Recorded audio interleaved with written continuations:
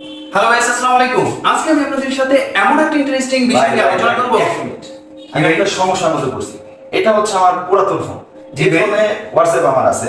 এখন আমি যাচ্ছি, আমি যে নতুন ফোনটা কিনছি এই ফোনের মধ্যে আমি একই রকম অ্যাপস আমি এখানে দিতে যাচ্ছি। তা আপনি হোয়াটসঅ্যাপ এই ফোনে লগইন করে নিতে হয়। মেসেজ তো থাকবে না, আমার যত পুরোনো যত মেসেজ আছে সেগুলো তো থাকবে না। মানে আপনার চাওয়াটাকে আমি ক্লিয়ার করি, আপনি আসলে কি চাচ্ছেন?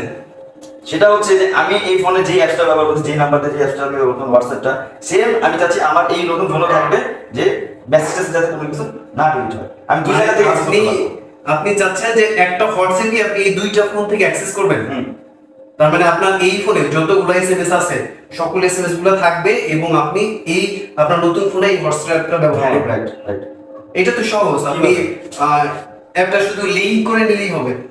এটা কিভাবে? চলুন আপনাকে দেখিয়ে দিচ্ছি, সাথে আমার দর্শকরা আছে, দর্শকদেরও দেখিয়ে দিচ্ছি। হ্যালো গাইস, আসসালামু আলাইকুম। আপনারা ভিডিও টপিক দেখে নিশ্চয়ই বুঝতে পেরেছেন যে আপনার পুরাতন কোনো ফোনে যদি হোয়াটসঅ্যাপ ব্যবহার করে থাকেন, সেই হোয়াটসঅ্যাপে যতগুলো এসএমএস আছে, যতগুলো ডাটা আদান প্রদান করেছেন, সকল এসএমএস সকল ডাটা আপনার নতুন ফোনে শো করবে। আপনাদের দেখানোর জন্যই আমি দুইটা ফোন হাতে নিয়েছি।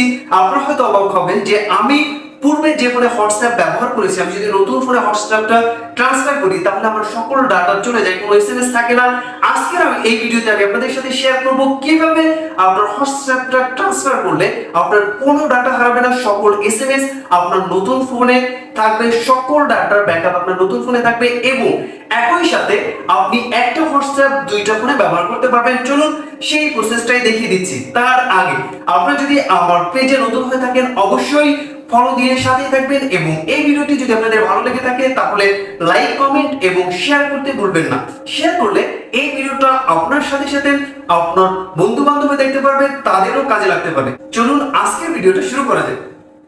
আপনি শুরুতেই আপনি যেই ফোনে আপনার হোয়াটসঅ্যাপের সকল এসএমএস গুলো নিতে চান সেই ফোনে চলে যাবেন।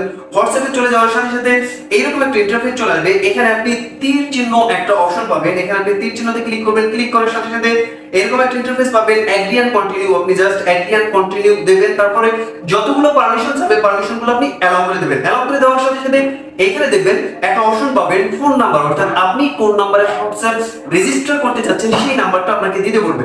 কিন্তু আপনি সেই নাম্বারে না দিয়ে সরাসরি চলে যাবেন উপরে একটা থ্রি ডট মেনু পাবেন।